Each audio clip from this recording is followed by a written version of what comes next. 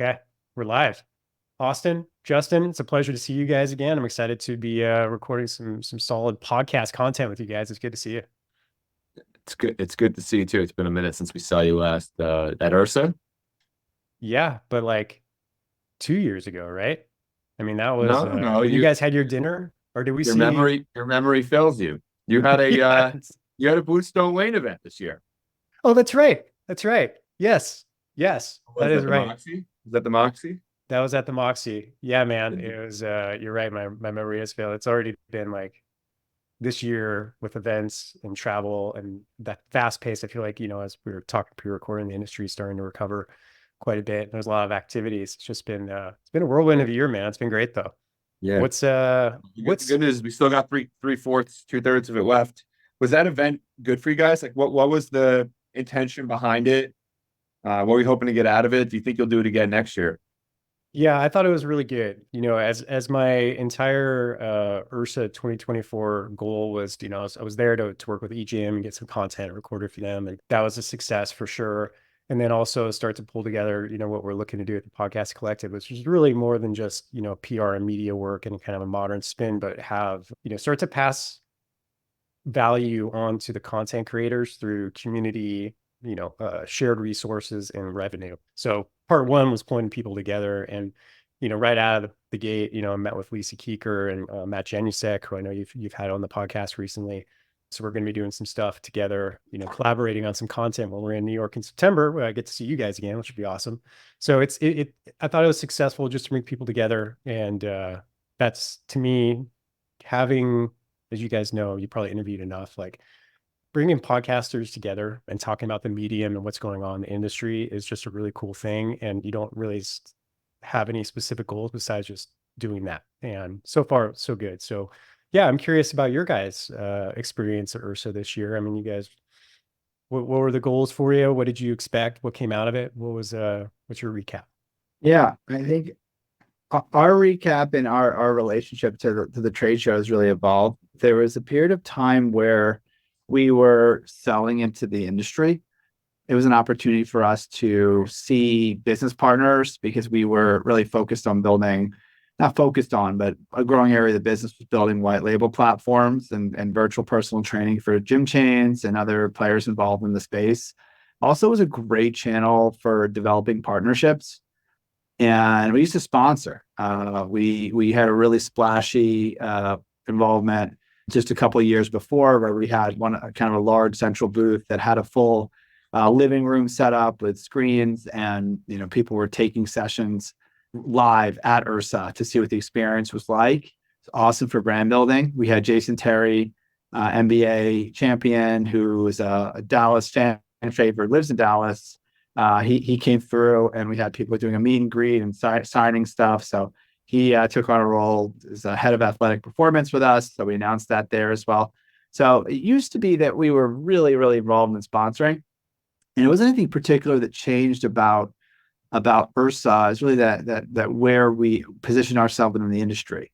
And I know we're going to talk about this a little bit more later, but we really more see ourselves as broader health, and we've shifted from virtual personal training as kind of a gym digital software and a business that's similar to personal training as they're in gyms, and we switch more to interconnected health, which is providing these lab 2A experiences that we see parallel to the innovations that have happened in telehealth and teletherapy. And we see ourselves fitting more into, telewellness and interconnected health, as we call it, where we're providing services that aren't just personal training, where we just say, this is personal training, you can get it online or through your phone or through your TV. We're really shifting around, we're a solution provider for the customer that not only has these live 2-way sessions with your personal trainer, nutritionist, yogi, health coach, or and the like, but also we have tools around supporting the client, whether it's tracking, tips, reminders, and check-ins from an AI-powered buddy that accompanies you in your journey, and just other tools that are a part of the Flexit experience to really create a broader health experience and more accountability for the client outside of their sessions. So what we did at IHRSA this year, we walked the floor, we saw friends, we saw business relationships. We had a great time seeing what was out there. felt like this year, IHRSA, it didn't feel like it was very different than the previous year. I didn't see anything crazy or new or anything that really changed how I looked at some of the industry players. It was kind of more of the same. There's a couple interesting things that popped up that maybe felt a little out of place. I saw that there was like a cold plunge you could do with your clothes on by like sitting in a plastic bag. That was something that I've never seen that before. There's a couple things like that, some sauna stuff. And so there's other players, these wellness players kind of starting to enter the space. So that was one of my takeaways from IHRSA. I felt that if it was busy this year, the middle of the floor was the same kind of companies that we always see, and I don't have to list the names, but the big equipment companies, they were had all their equipment as usual, showing some new awesome connected equipment. That was great. We saw digital health and wellness really have less of a presence. We previously seen the likes of companies like Climber or Hydra or Speed, or who else have we seen at previous shows that didn't have necessarily as much, or Flexit, for example, not having as big of a booth. So I think the connected fitness industry has positioned itself less in the IHRSA realm and more focused on, other things. So we've seen that change slightly. Other than that, I thought it was a great show. I think after you've been in this industry more than a decade, but after you go to enough conferences, shows, and events, that the meeting new people, like you have a lot of really good people that you just see them. So it kind of becomes like all your friends are in the same city and all your business associates are in the same city for a few days. And, we haven't really met as many new people as we have in the earlier years, because we feel like now we look around the crowd, we see a familiar face and then talk to them for 20 minutes. And then before you know it, the show's over. That pretty much happens all the time. And then trying to meet people ahead of time. Hey, let's meet at IHRSA. You meet at IHRSA, you do a 15-minute stop and chat meeting. And like I said, just the time flies by. Also people are juggling, especially people who run their own businesses. They're juggling all kinds of stuff and trying to keep the, things moving at the home front as well. So, especially for the folks who are not managing their displays and have like a really strong presence, like there's a lot of things that are pulling you in different directions. So that was a bit of our experience. Yeah. Well said. Any other takeaway for you, Austin? I think if you look back at pre-pandemic IHRSA and now it's not called IHRSA anymore. I guess this is the first show, not IHRSA anymore. Traditional fitness industry clubs and equipment manufacturers is who made up the show. And I think what's interesting and awesome now is that that's not the show. The show includes tech players, service providers, boutique fitness, connected fitness. It's so much more. And I think that's testament to a growing industry, an industry with more players, more optionality, an industry that's more interesting. It's barely scratched the surface of where it's headed, regardless of what anyone says about Peloton. So I've seen year after year the shift, and I think that's a really positive one. So I'm excited to keep seeing how that evolves in the next couple of years here. I mean, curious what you think about that, because you sit in a bunch of different seats when you attend an IHRSA. You might have been there for Region, but or the collective, but you work with other brands, you do a lot of different stuff. So, all those hats considered, like how do you think about that shift from 2018, 2019 to now? Yeah, well, I in transparency, I didn't really go to IHRSA until right when they opened after the pandemic. So it's not been an event that I've gone to a whole lot. Prior to, when I owned gyms and I was an operator, a lot of the stuff I went to was like coaching conferences or things appropriate to small, SMBs and things like that, those particular events. So as a greater industry, I really started to dive into it like 3 or 4 years ago. But that's still, I still have some perspectives on it that I think we are healthier than we were 4 years ago as an industry. I think it's more exciting actually than any time in my last 16, 17 years that I've been in the industry. I think, and we'll touch on this quite a bit in this conversation, but the transition from fitness into wellness and kind of as we merge into that in category as a whole, and what we're seeing at IHRSA, like you guys talked about, like the recovery modalities and still the major equipment manufacturers, but, just kind of stuff that's a little bit more on the fringe, right? Mass participation events, things like that, I think are really cool evolutions of the industry. And I just think it's really exciting. And, same as you said, Justin, like you walk around these events and I try to spend a certain amount on a trade floor, but you end up walking around, you got a meeting somewhere, next thing you know, you see somebody, you're like continually a half hour late for everything you're trying to do. And sometimes you just miss people, and it's just part of it. But one thing I learned after, doing these a few times is that I always save the last afternoon that I'm there for all the recovery stuff, because I'm generally, my knees and my feet are so tired from walking and standing and doing meetings that I'll go do like the cold plunge stuff, and I'll go do the massage chairs, right? Like, might as well use it while it's there. And yeah, so it's always a really good event. And kind of set the table here too for the rest of this conversation, you guys, is like, you guys are in the middle of doing what you talked about. I really like the term, Justin, of interconnected health, right? And I think, fitness is now coming, this is just one man's opinion, but fitness is now a component of health, wellness, longevity as a category, right? It's like it's one of the legs that the chair stands on for one's overall wellness. And you guys are making a strong move by really just going all in on that. And I know, from conversations with people I have in the industry, that a lot of people are looking towards that. People are going from personal training into health coaching or wellness coaching, or, developing their own. Obviously, there's a lot of talk about longevity now. And, as that Equinox has their $40,000, program for longevity. So it's like, but still, and I was talking to somebody, Dr. Jeremy Koenig, this morning, like, the only thing that's really proven in longevity is exercise and maybe creatine, right? Like, everything else is still kind of modern, pseudoscience that we haven't really proven yet. So exercise, fitness, nutrition is still the key to everything, but everything else around is pretty exciting. Anyway, so here's my question. Like, as you guys go from, just Flexit as the, remote training, remote personal training, where you guys look and democratize and make fitness more accessible, into what you guys are doing, which is interconnected health, you're adding a lot more layers. You're adding a more complete offering, right? But besides just like changing the website, there's got to be a lot behind it from a practical standpoint that you guys are experiencing, that I'm wondering, like, what can people learn from your experience so far if they want to start moving that direction? What things did you not know were coming? What things did you plan for? Yeah, let us on the inside a little bit. Cool. In that transition, I think there's a couple things that come to mind that were lessons. And I think I'll try to speak in more broad terms, but I'll give specific examples. I think one of them is, when you change what you're calling something, you are messing up sometimes years of SEO and other digital footprint that you've made around term.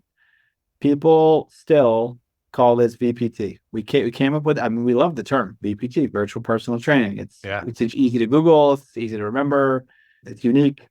Virtual personal training is all over our website. So when we started to move and transition into more broad interconnected health, we started to see page ranking issues, SEO, other things, because we created a term that people knew us by. So it made it a little harder. So that was kind of one of the, I guess, more technical and marketing things that can come up when you do a rebrand. We didn't do a rebrand, but we just shifted what we were calling our service.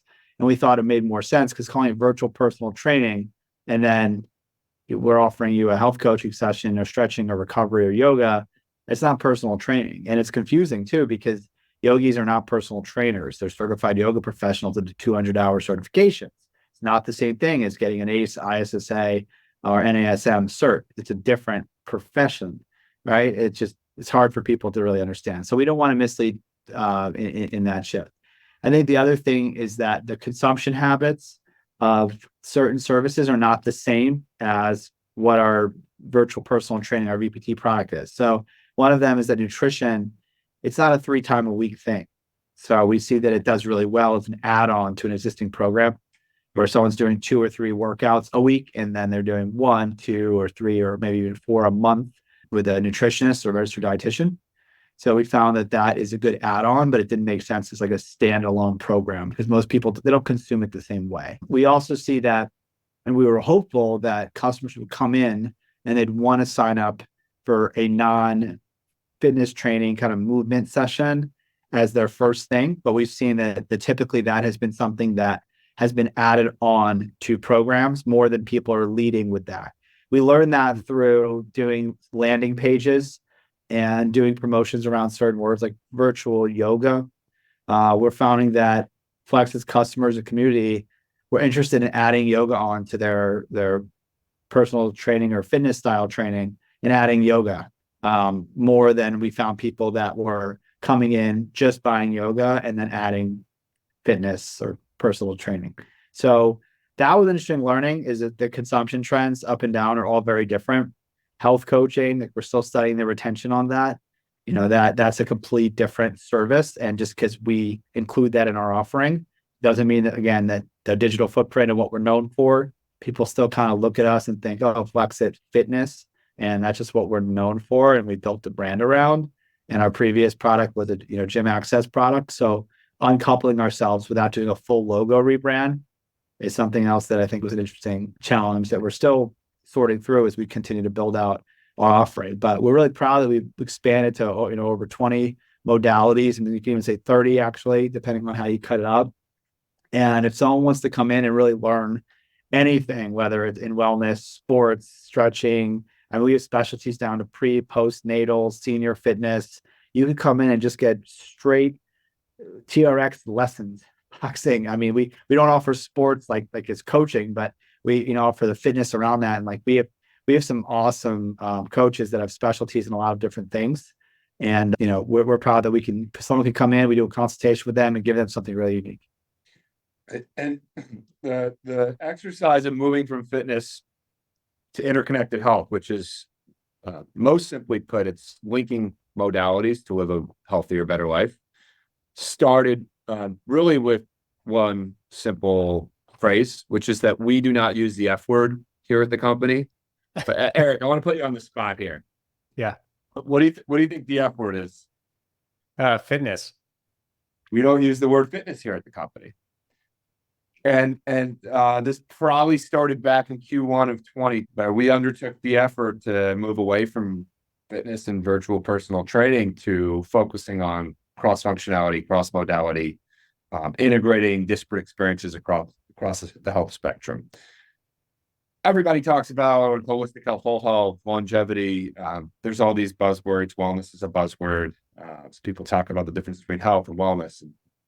But at its core, what not using the F word really means for us is we want to help people, because everybody, literally every body. We said that before. I'm like his hype man in the back of everybody. That's what was a rapper back in college. Oh yeah, they don't want to start that today. They'll got it. But everybody, I kind of do though. Work for them, and the recipe, pun intended, is going to be different for them. And so, setting our talent, our trainers, our health coaches up to communicate between one another, retooling our tech, the entirety of our ecosystem, to not only have the different modalities, but to integrate them in the sales process, in the experience of working with multiple professionals. When we sell our 12 session a month plan, which is our leader, which is 3 times a week, you can use 3 on training 1 week, 2 on training the next week with 1 on nutrition. You can allocate those. It's interchangeable. The currency is interchangeable for working with a health coach or a physical therapist or any other permutation. We have, again, up to 30 modalities. So it all really started with the simple premise of we don't want to use the F word here at the company. And that all started back at the beginning of 22. But make no mistake about it, like fitness training is still one of our core 4 tenets. So it's fitness training, health and nutrition coaching, physical and occupational therapy, and then low impact wellness. What? Why? Like, so don't why use the F word, Eric. In the remainder of this episode, don't use the F word. Well, it's, right? it's hard because the title of my podcast is The Future of Fitness, which makes me think I need a rebrand now, guys. Like, now you made me paranoid. But we're taking on agency work, and if you yeah, that's send me a proposal. What was the impetus for that? Like, was there a moment where you guys just saw that you're like, you know what, like maybe we should start to move away from it? Was it like a sudden aha moment, market research, a conversation you had? I mean, you guys have the podcast, of course. You probably had numerous, conversations with people. Like, what was the key turning point? It's 3 syllables. Peloton. If you follow, the P word. So Peloton's an amazing company, one that we admire, that's impacted millions of people, achieved an amazing scale with an amazing product, an amazing brand. And the public markets have been incredibly cruel to Peloton because it got pumped up. I mean, they also made business decision and management made mistakes, and I'm sure there's things that many folks wish they did differently. But all of that aside, they built something incredible and they've impacted a lot of lives and scaled a home bike class into something much bigger and much cooler. So all that said, just how it's impacted players in the industry. That if you're either a direct competitor or a company that's related to Peloton, even peripherally, that you have been impacted by the term at-home fitness or connected fitness. And that is a term that investors, markets, in some cases, even consumers are shying away from. So the F word being fitness, fitness used to be a very hot word. I'm a fitness investor. I'm looking for new fitness concepts. I'm expanding my fitness chain or boutique studio or whatever. And it started to be the exact opposite, where you hear fitness and people who they shudder because investors, a lot of investors, many of whom go to all the trade shows and events that are health and wellness investors and really know the consumer space. Some of them had a lot of tough ups and downs. And I think they want to look at concepts that are different than those. And I think it kind of the Peloton story tainted the fitness category because people saw this rather than the amazing rise and the story of where that even when they dropped down a lot in their valuation and their market cap, they still were somewhere pretty amazing as far as scale for the type of product they are that was so far beyond anybody else in the space. But the story of the down is the story that people focused on. And at the time, I mean, now it's actually much worse, but there's a time when like people would say, oh, Peloton, they dropped from, 50 billion to 8, or I was like, well, there's still $8 billion. It's a huge business. Now it's much slower. And I think then they've had a couple of recent headlines that have really complicated everything. But I think the Peloton story has impacted how consumers and investors and the media has looked at our space. But it's here to stay. Fitness equipment has been in the home for a very long time. Gyms have been around a very long time. Moving heavy weights, it's just as human as it gets. And it's just going to continue to evolve and change of how we're thinking about it, how connected it is. A lot of things how it connects to nutrition, how it connects to your recovery and other kind of experiences that you might have. So in really answering very straightforward, I mean, that's the story of how we started to think about fitness. It also, when we had a lot of conversations, in our with investors and other people in the market and partnerships, that a lot of people were just very turned off by the word fitness as if that was the thing. That's a COVID thing. That was back then. And I think that the whole industry has matured since, but at that time, that's where we were, that we really wanted to not have that word define us. We wanted our story and our experience and the innovation around. We created a new experience, and we wanted to focus on that, not just being another quote fitness company. Yeah, it's interesting. I mean, I look at I think the fitness industry just needed a rebrand, really. When you come down to it, like, yeah, I've been in long enough and I was part of the problem. And I'm pretty sure I'm right, that when a lot of consumers think of fitness, at least up until a couple of years ago, they think of one of two things, right? And I was part of the problem. I ran weight loss challenges in 6 weeks. I did all these things that probably contributed to the problem, right? They think of either fitness comes to mind, they think fat loss, or they think of some meathead in a gym, right? And that, alone, I think in the most consumers' minds just needed to change because it's so much more than that. And now we're starting to really tout like the benefits of just movement and, as a category. And, I hate this term, but holistic, right? I call that the H word. Like there's just so much like that comes to it that fitness maybe just pigeonholed itself as an industry into this fat loss, weight loss category, and then this unattractive thing that people found intimidating. And I think now we're finding a better way. And I think it's kind of like the collective consciousness of the industry where we all kind of agreed, quietly that like, hey, we need to call this something different. But that's just my 2 cents. I'm curious what you guys think about that as well. I have a question on that. So Yeah. you bring up weight loss. What's your opinion on the GLPs and how different companies are starting to get into the space and what they're doing with it, and then that turning into longevity, other permutations? Yeah. Have Talked you about this a talked lot, about that on any episodes recently? ad nauseum. Yeah. Like exhaustively, I've talked about this. And one of my colleagues and clients is writing, Eric Turetsky is writing it's about 120-page course certification playbook, whatever you want to call it, to how to incorporate GLP-1 from a training perspective, nutrition, really like how you work with the clinicians, how you incorporate it into your gym facilities, and how you do it. So, I mean, my overall, we could probably talk about this for a long time, is that I think is a amazing opportunity. You know, I'm conflicted on it because I hate to see pharma get another foothold in any other, category, especially something this big. But I think overall, I think it's very promising. It's a great opportunity if we approach it correctly, but there are some downsides. There's trade-offs to everything, right? So it's powerful, it works, but obviously the side effects of being like, decreased muscle mass, well, everything that really the F word industry does well, right? Strength training, proper nutrition, movement, mental health, like all that stuff is going to be needed to do this successfully adjacent to GLP-1 administration. So I think we're set up really well as an industry to complement it. I don't think when you throw a magic pill into a population like the US or North America, people are going to take it, and we can be there to help mitigate the downsides of it. So I think it's very promising. I just think it has to be done well.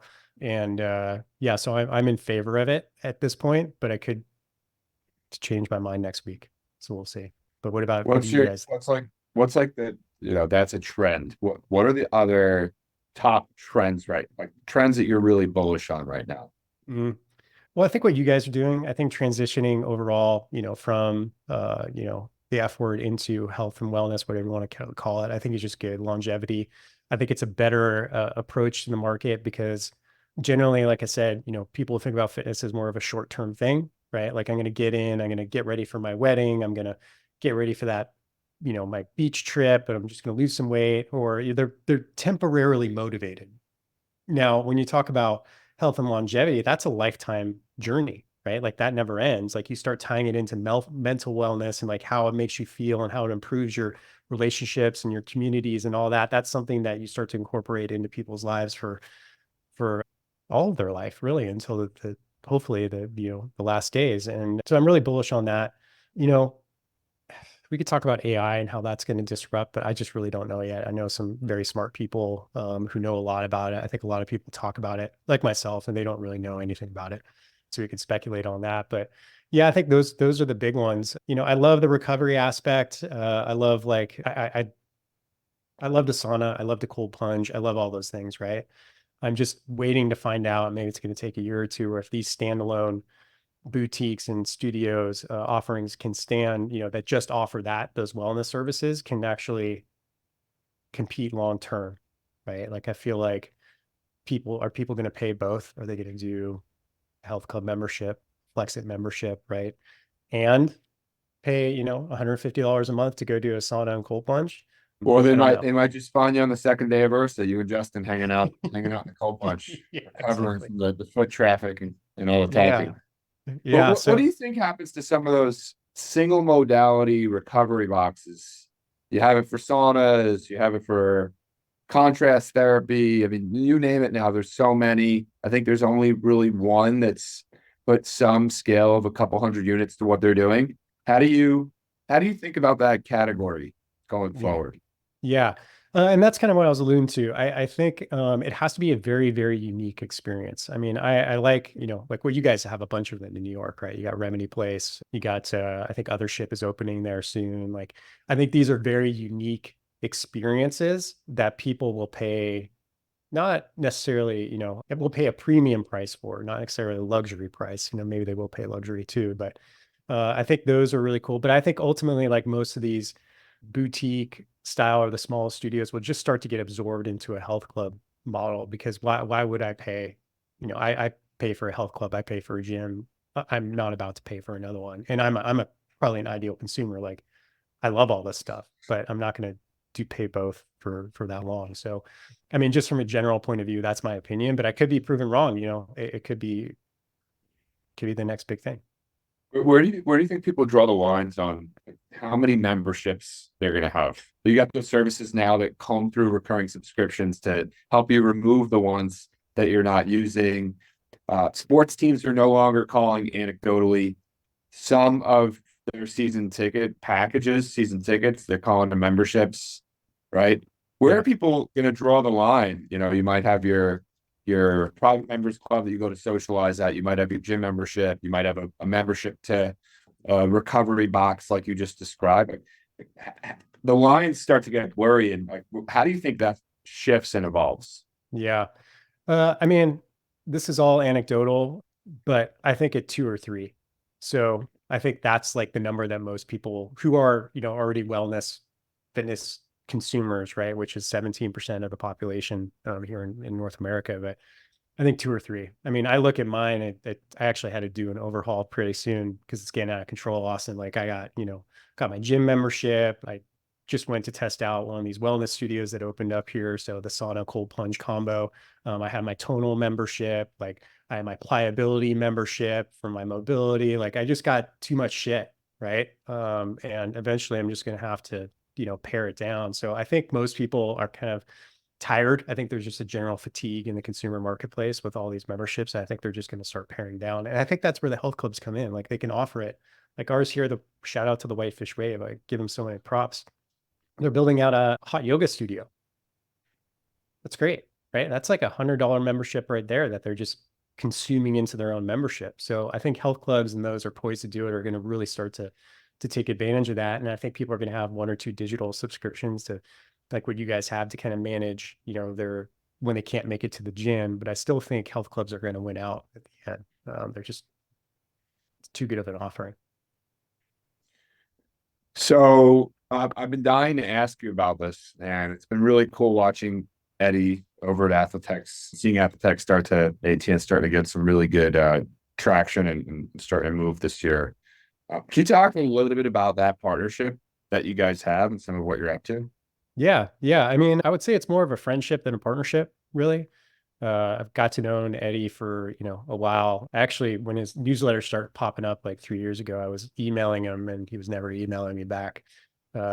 So Who's laughing now? I asked the question, you got the megaphone. Who's laughing now, Yeah. Yeah. Well, it's turned out to be really good, right? I think, basically we just decided, about a year ago, like we wanted to work together. We didn't know how, as a lot of these things start. And I'm like, why don't you guys become a premier presenter of the future of fitness? He's like, nah, why don't we just start our own series? So that's what we did. And, since then it's just been basically, I'm a quote unquote consultant to the company and we just do these episodes because all we want to do is really create great content with a specific purpose, for his platform. And so far so good. So as our relationship and our friendship, evolves, and there's a lot of opportunities that we're going to be working on, this year together. So yeah, it's been really cool, man. I enjoy him. I like what he's doing. Kind of like the outside perspective, like you guys have been around the industry for 4 or 5 years, but you bring a lot of fresh perspective from other industries that you've seen success in. And I like that in Eddie as well. I think that's really refreshing. People talk about, oh, they haven't been in the trenches or they are not, lifers. Like, I think that's freaking great, right? Because we need more fresh ideas, Sure. fresh concept, fresh perspectives in the industry. Yeah. No, and you guys have an interesting and unique vantage point here, which opens up another question for me. Sure. So I'm curious, we're curious, what are some companies that you admire, like really respect what they're doing, how they've done what they've done in the space? Yeah. I mean, I always love Equinox. Like I've never even been set foot into one, but for everything they represent as far as a brand and how they're just so disciplined really with how they go about their presence, the service, the quality. Like, we interviewed Julia Klim recently. I've had her on my podcast once or twice, and we just did the unscripted series on ATN. And I said, what do you say when people call you a fitness brand? She's like, I get insulted. And I was like, that's awesome. Right. Like that. And then whenever they come out with a new marketing campaign, like the beginning of the year, I love it. People get pissed. People get engaged. Some people love it. Most people hate it. I think it's fantastic. So I love what they've done is just really being a luxury brand within the marketplace. I think it's something to aspire to. And I think we can all learn quite a bit about hospitality and branding from them. So that's one. I'm biased because he's a friend of mine, but I also like the Metabolic brand and what they do, from a boutique standpoint. Like they really stick to their guns. They know their audience. They're not looking to be inclusive necessarily of everybody. They know exactly who they're talking to. And that's who they talk to. That's the language they use. They're unapologetic about it. So I think that's really cool. And I guess the trend as I'm talking this and explaining this to you is I really like people who pick their lane, go all in, right? And don't try to be everybody, everything to everybody. So those are a couple I really like. Yeah, I'm curious from you guys, you guys have done quite a bit of interviews, you've done quite a bit of research, you know a lot of people in the industry. Is there anybody out there that you really admire when you look at the overall?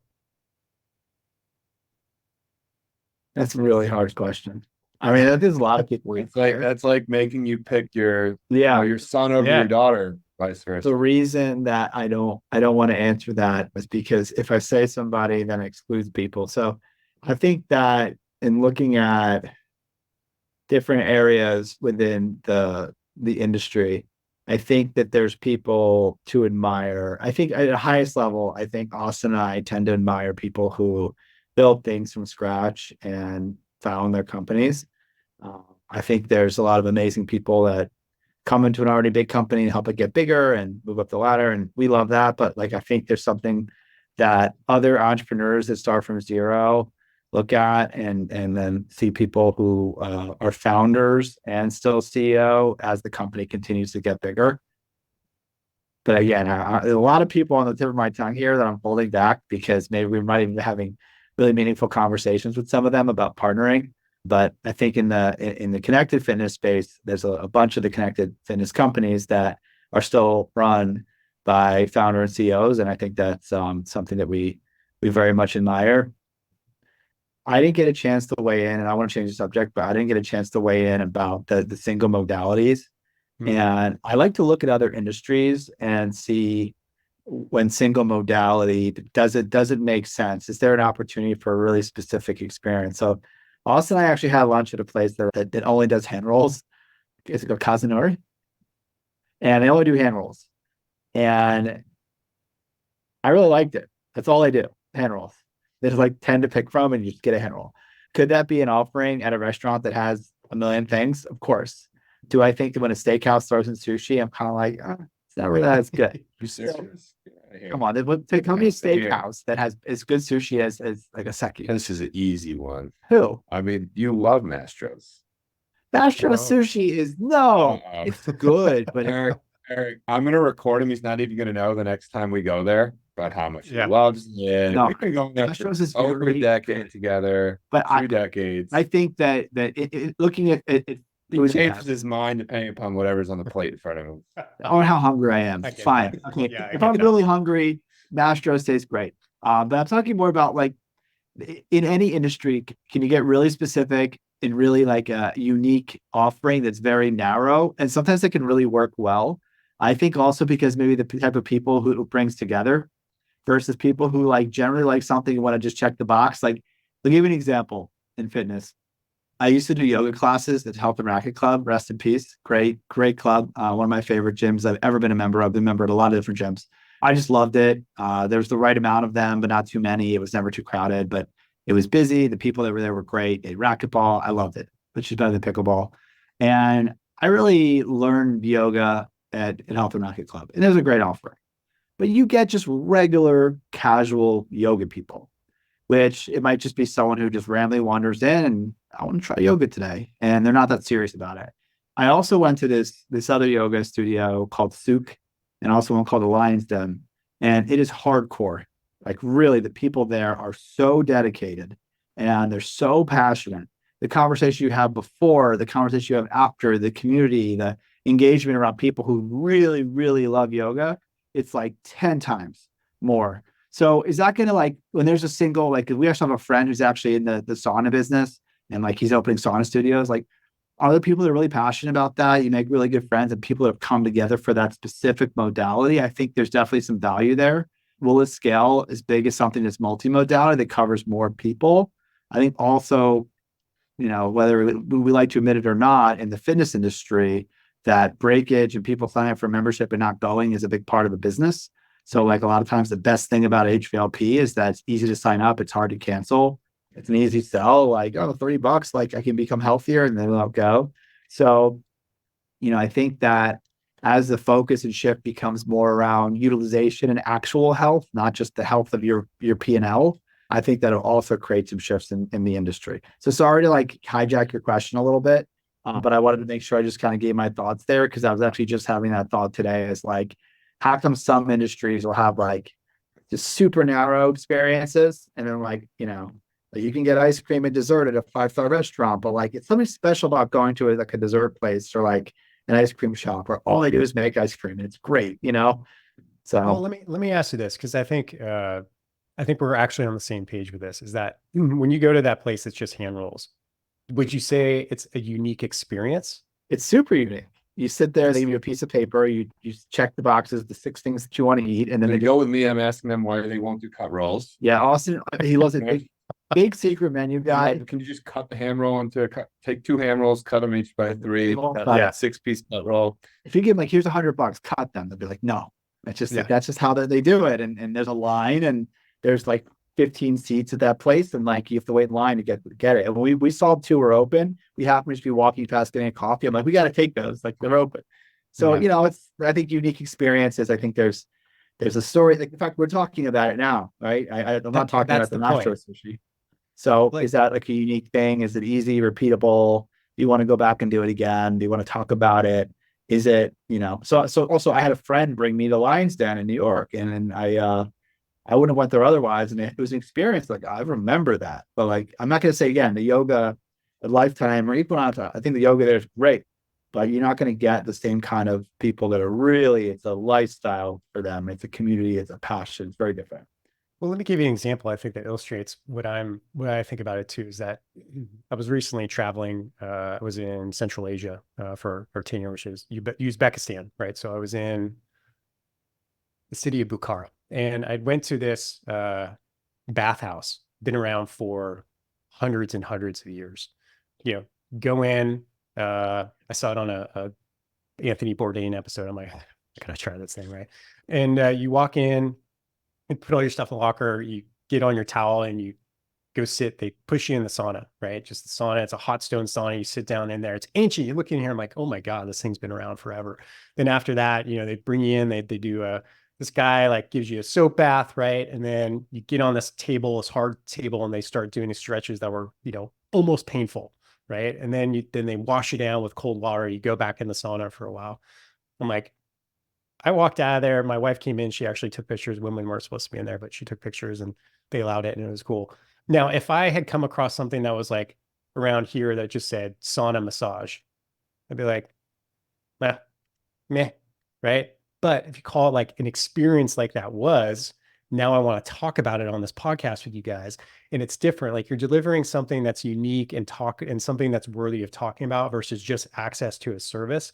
And I think that's where the people who, will win in this category. I think there's a lot of room. I think people who do sauna really well and incorporate it into a whole experience like Othership. I haven't tried it yet. I'm dying to, but I think there's a lot of room for that. And it's just, and listen, I mean, US is just catching on to the sauna thing. I mean, you go to Finland or, these places that have been doing, sauna cold plunge for thousands of years or over 1,000 years, like that's something that I think, has a lot of legs, but it may take a little while for the Western consumer to really kind of jump on board. So I don't know. So I want to show you a picture of me. This is back in 2019, in the early origins of Flexit. I mean, people listening might not be able to see it, but it's me here. I'm reading Sauna magazine in Finland with a beer.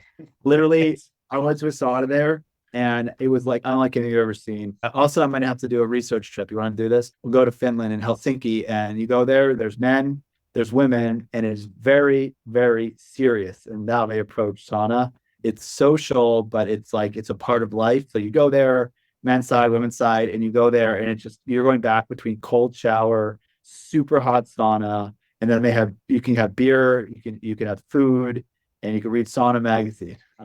It's really something else. So I took a picture of me relaxing, reading sauna magazine But if you said it's been going on for a long time, it's a really Yeah. big part of culture, and just like they're probably laughing at Americans finally picking this up. But I think between the cold therapy stuff, people were doing those polar bear plunges for also hundreds of years. I think Yeah. people swim in cold water because I mean that to me, the alertness is a very obvious benefit.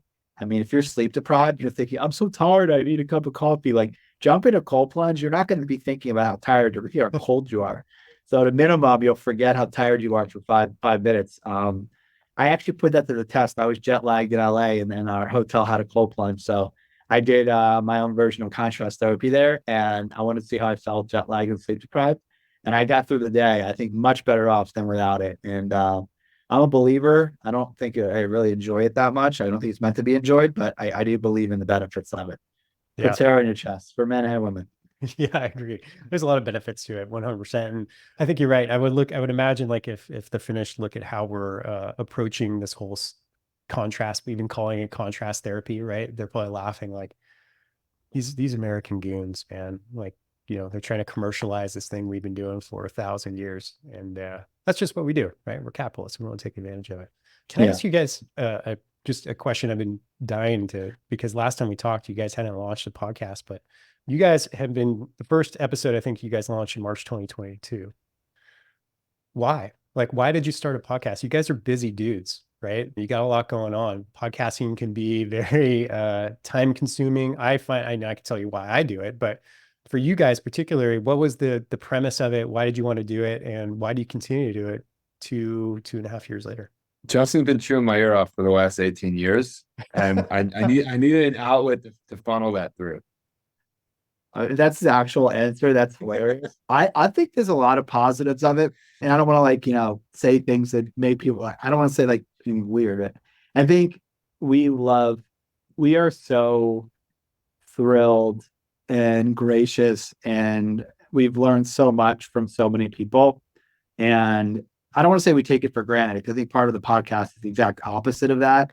We have amazing conversations every day. I think if the three of us were just talking, this would be a very similar conversation that we would have. We talk probably about something specific, but we would have some industry talk. And this stuff is like, we talk industry stuff in our sleep, right? We barely even prepped. We didn't have any research tear sheets. We just know and we talk about it and we live this. So I think being able to offer that to people, we're not doing a Joe Rogan audience here, but we get a nice amount of people listening to the Just Flexit podcast. I'm sure you do too. And those people really appreciate it. And we have great relationships and we're sharing them. I also think that there's been some amazing stories that we want to capture. And I'm very drawn to like audio as a means of information consumption, because I like to be really efficient. When I'm on a run, I listen to podcasts. I'm on a road trip or driving, I listen to a podcast. I just like to listen to versus reading. It's just a better way that I absorb information. And, I wanted to not only contribute to that, but also capture some of these amazing conversations that we've had with people where they tell their story. Like one of them that just jumps out is like, Alberto at Zumba. Like he's a crazy story, and he doesn't tell the story enough. It's a great founding story. It's really cool. And he's just one person. I'm thinking there's a lot of people who've told us their story of founding a company. And I think being able to capture that has been great. On the business side, you might ask, why are you guys making money on this and whatever? No, this isn't a core tenet of our business. But what it has done is it helps solidify great relationships. You take someone and say, hey, I like talking to you enough and you say great things and I want to interview you on our podcast. It just kind of solidifies your relationship and creates a moment that's outside of just normal Zoom calls and texting and emails, right? Emails is, you don't build great relationships on emails. You build a meeting in person, podcasts, experiences, having fun, having food together. So this is another way that you build a great relationship. I also think that it's allowed us to get to know people better too. Where there's been people that, maybe you're not have a lot to do in the business world and you're both really busy. So you don't really prioritize, building your relationship. So we've used to get closer to people too, where we invite them on our podcast and said, hey, let's record this story. And you have that little nugget, between you guys forever. And then, if in the future it makes sense, you could always revisit. And there's been some great people we've got to know better. And sometimes there's value in relationships you don't even see at the outset. Maybe they introduce you to someone who completely changed the trajectory of your career or your life.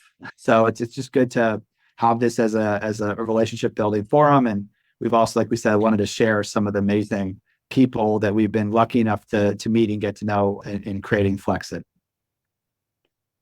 Awesome. Austin, anything to add to that? Yeah, and Austin just wants to hear, he wants to just make jokes about me. He loves me for it though. I love him for it. And also another funny story about us is that like I'm joking here because he pointed at me like we like to cue each other about who's gonna respond first. Yeah, I so we don't noticed talk that. over each It's other. good. But I Yeah. started to get like he pointed like a little point. I'm doing the bigger point. So I'm trying to like outpoint him. So maybe that's what you saw on the camera in a wide view.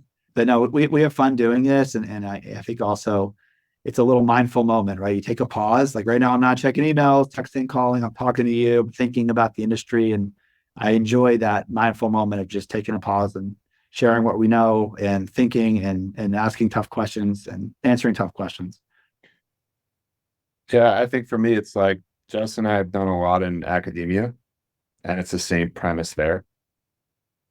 Sharing knowledge, sharing platform, opening up to people to hear from others that have done it, could help them to think about it differently. And everybody's got a different outlet that they turn to or a combination of outlets. So this is just another one. And it's awesome. Like, for the audience, like we get to catch up with you, Eric, before this, after this, right? There's a meeting in there for us too. So it's just a lot of really awesome stuff that comes from it. It's been a blast. We had no plans of slowing down. If anything, we're excited to ramp it up.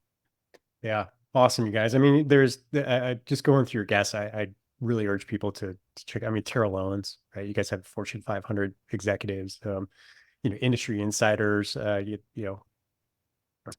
had both Eddie, you had Anthony from Fit Insider. Like you've really covered a lot of ground. Investor groups. It's really good. I know a lot of the names. Some of them I learned for the first time. So very wide breadth of what you guys are doing. I have to say I concur with everything you guys said. Is that there's so many unexpected benefits of podcasting that this will be my third today, to be honest with you. And I was recorded one, was on another, and now this one's kind of a mutual. For the audience, Eric stands. He doesn't sit. Well, right now I'm sitting, but yeah, I usually stand. You're back here at that standing desk.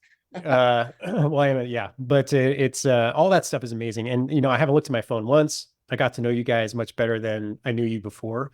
And I think even the people you've known forever, you get them on a podcast interview, you ask their backstory, and you're just like, holy I didn't know that. Like, wow, that happened to you, that you went through that. And that bond, is really, it's just hard to describe. So, is podcasting for everybody? No. Could everyone benefit from a podcast? Yeah. Should they do it? No. But I think it's who would you say it's for? Who's podcasting for? I think people are just really curious.